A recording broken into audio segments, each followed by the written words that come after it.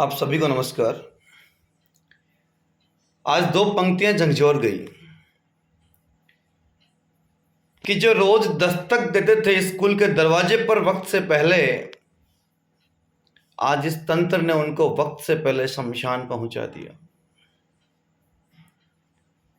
खबरें तो पहले भी आई थी, कभी किसी स्कूल में छत से पंखा गिरने से कोई बच्चा चोटिल हो जाता था, कभी कहीं दीवार गिर जाती थी, कभी कहीं पे पानी रिसता था, कभी कहीं चूना गिरता था।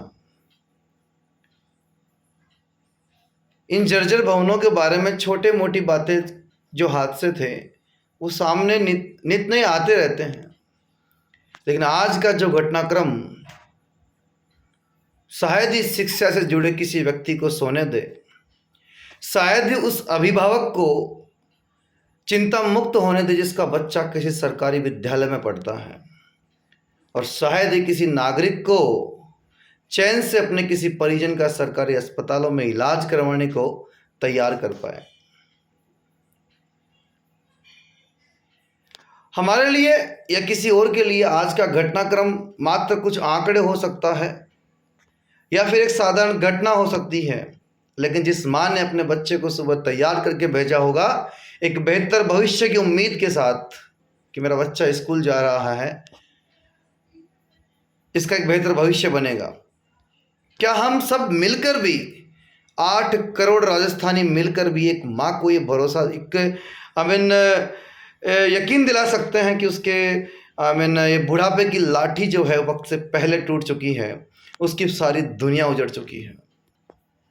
शायद नित नई घटती घटनाओं के तरह इस घटना को भी हम लोग इन नेताओं की जय जयकारों में, विधायक सांसदों के करीब बनने की इस जो लालसा के बीच में जो जयकारे हम लगाते हैं, इनके बीच भुला दिया जाएगा इस घटनाक्रम को भी। लेकिन जिन लोगों ने अपनों को खोया है, उस बच्चे की कल्पना करें जिसका सहपाठी उसकी नजरों के सामने 10-5 किलो वजन से नहीं साहब, टनों वजन की छत 60 बच्चों के ऊपर एकदम से आके गिर जाती है और वो बच्चे सहायता के लिए किसी को पुकार भी नहीं पाते, लेकिन उनकी वो खामोश चित्कार संपूर्ण राजस्थान में गूंज उठती है।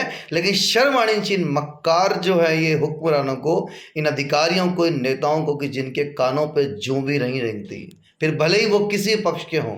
मैं बीजेपी कांग्रेस की बात नहीं करूंगा, और मैं ये आपसे भी चाहता हूं कि हम लोग ये तंत्र जागे न जागे, लेकिन हमारी अपनी जिम्मेदारी है, हमारी अपनी जिम्मेदारी है कि हम ये बीजेपी कांग्रेस की जो विचारधारा के रूप में आपसे टकराव रखते हैं, इसको बंद करें। हम सवाल खड़े करें उन लोगों से, हम उन लोगों से सवाल खड़ा करें जो केवल 15 अगस्त और 26 जनवरी को उन लापरवाह कदम स्कूलों में जाते हैं केवल लड्डुओं के साथ फोटो खिंचवाने के लिए। हमारी नैतिक जिम्मेदारी है हम सवाल खड़ा करें कि हमें कब तक हमें ये नए नए सपने दिखाते जाते रहेंगे। मेट्रो सिटी का हो गया, हाई लेवल ये जो डेवलपमेंट का दिखाया जाता रहा, कभी कोई बुलेट ट्रेन का, कभी कोई ये हाई स्पीड जो राजमार्गों का हो गया, ये चिकनी सड़कों का हो गया, इंफ्रास्ट्रक्चर का हो गया। नहीं चाहिए हमें ये सब, नहीं चाहिए हमें नए जिले, नई नगर पालिका, कुछ नहीं चाहिए। हमें एक ही चीज़ चाहिए, हमारे अपनों की सुरक्षा। यकीन मानिए हम नहीं बोलेंगे, बोलेगा कौन?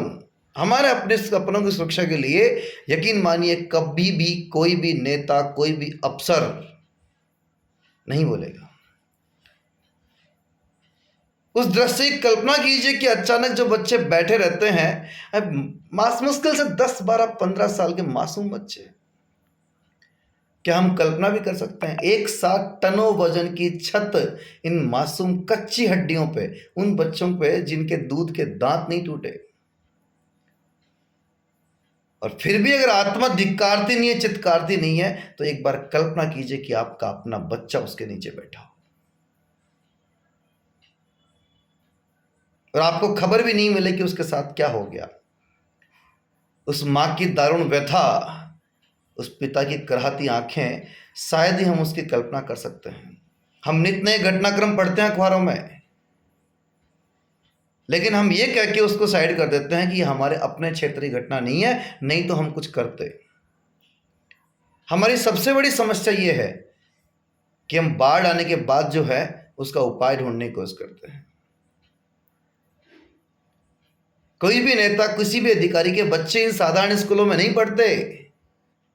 अगर ऐसा होता तो ये मान के चलिए ऐसे हादसे जिंदगी में होंगे तो होते भी नहीं, क्योंकि इनके बच्चों की कीमत अगर जाननी हो तो उन लोगों से पूछे जिनके 25-30 साल पुराना वो घटनाक्रम आज भी याद है इन देशवासियों को, कि जब एक गृह मंत्री की बेटी की जान की कीमत कितनी तेजी से इस देश ने फैसले लिए थे और चंद घंटों में एक बहुत बड़ी डील आतंकवादियों के साथ साइन कर ली गई थी।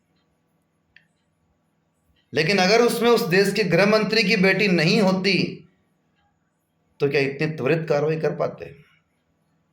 क्या छोड़ पाते उन दुर्दांत आतंकवादियों को? मुझे नहीं पता इस मामले में बात बोलनी चाहिए कि नहीं बोलनी चाहिए, लेकिन चित्कारता है मन कि क्या उनके बच्चों की जान इतनी कीमती है? कभी पुल हादसा हो गया, कभी सड़क हादसा हो गया, कभी क्या हो गया, कभी आज तक कोई कार्रवाई नहीं हुई। होगा क्या? वही लीपापोती। मैं तो यही कहूंगा कि आवाज उठाइए। अपने आसपास की जो भी जर्जर व्यवस्था है, जर्जर इमारतें हैं, उन पे हमें ही वहाँ पे अवलोकन करना पड़ेगा। हम ही अपने क्षेत्र की ये बदहाल जो इमारतें हैं इनकी शिकायत कर सकते हैं, इनकी मॉनिटरिंग कर सकते हैं। हम ये चाहें कि कोई मसीहा हमारे बीच आएगा, वो तो शायद पॉसिबल नहीं है, ये तो आप भी जानते हैं। किसी ने सच कहा है कि बोल की जुबां अब तक है तेरी, बोल की लब आजाद है तेरे। कब तक? क्या हम उस दिन बोलेंगे जिस दिन हमारा कोई अपना बच्चा इस ऐसे ही किसी घटनाक्रम में काल कलवित होगा?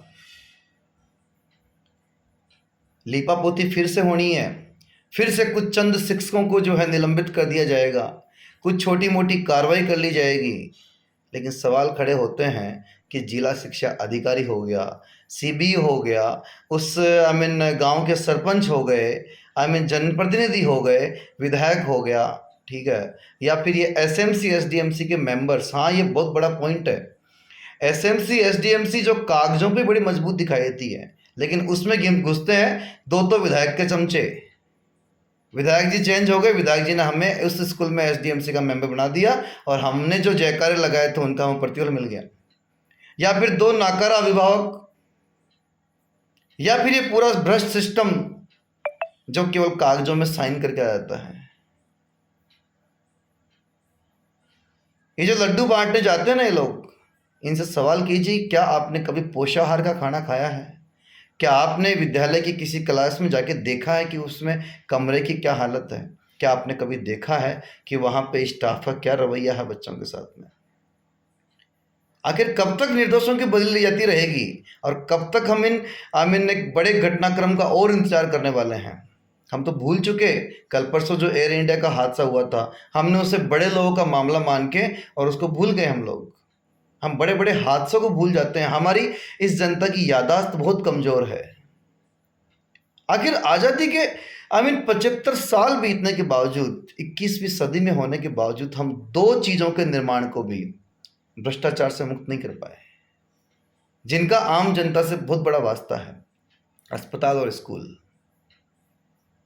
क्यों ऐसा तंत्र विकसित नहीं है?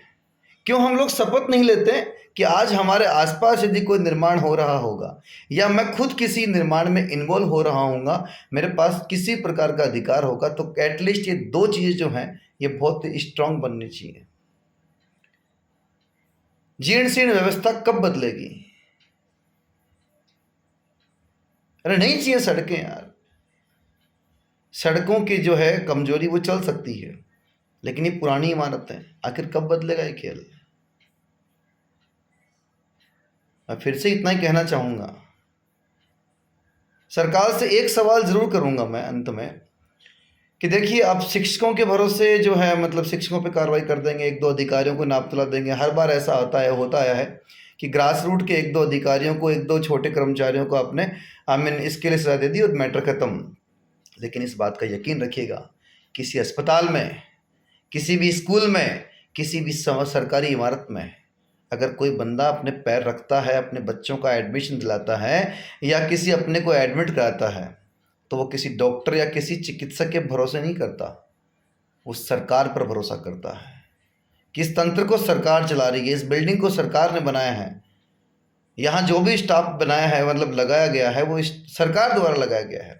तो अगर भरोसा सरकार पे है तो जिम्मेदारी भी सरकार की बनती है, ना कि चंद छोटे मोहरों की बलि देके आप जो है इस पूरे हवन कुंड को हमें यहीं पे समाप्त करने का प्रयास करें। आखिर में मैं आप सभी से इतना ही कहना चाहूँगा कि अपनों पर आँच आए, अपनों पर आँच आए तो तंत्र से टकराना ज़रूरी है, अपनों पर आँच आए तो तंत्र से टकराना ज़रूरी है, और है अगर जिंदा तो जिंदा नज़र आना ज़रूरी है। अरे इन नई उम्र के खिदमतगारों को कौन समझाए कहाँ बचना ज़रूरी है, कहाँ चलना ज़रूरी है। आशा है कि आज के इस घटनाक्रम से हमारी आत्मा चित्कारेगी और हम अपने आसपास के जो महत्वपूर्ण विषय हैं, महत्वपूर्ण समस्याएं हैं स्कूल की, अस्पतालों की, उन मासूमों के भविष्य से संबंधित कोई समस्याएं हैं उन पे गौर करेंगे, ना कि एक दूसरे पर टालम टोली करते रहेंगे। इस बात का वापस सुन लीजिए कि अगर हमारे आसपास अस्पताल में ऐसी घटनाएं हो रही उसके लिए हम जिम्मेदार हैं, स्कूलों में घटनाएं हो रही उसके लिए हम जिम्मेदार हैं, क्योंकि टीचर्स बाहर से यहाँ सेवा देने आ रहा है, उसका यहाँ से लगाव हो इस बात की ज़रूरी नहीं है। कोई डॉक्टर है वो बाहर से यहाँ पे आएगा, उसका इस क्षेत्र या क्षेत्र की जनता से लगाव हुई ज़रूरी नहीं है, लेकिन अगर किसी दिन हादसे में हमारा कोई अपना मारा जाता है तो ये हमारी पूरी दुनिया उजड़ती है। बहुत बहुत धन्यवाद।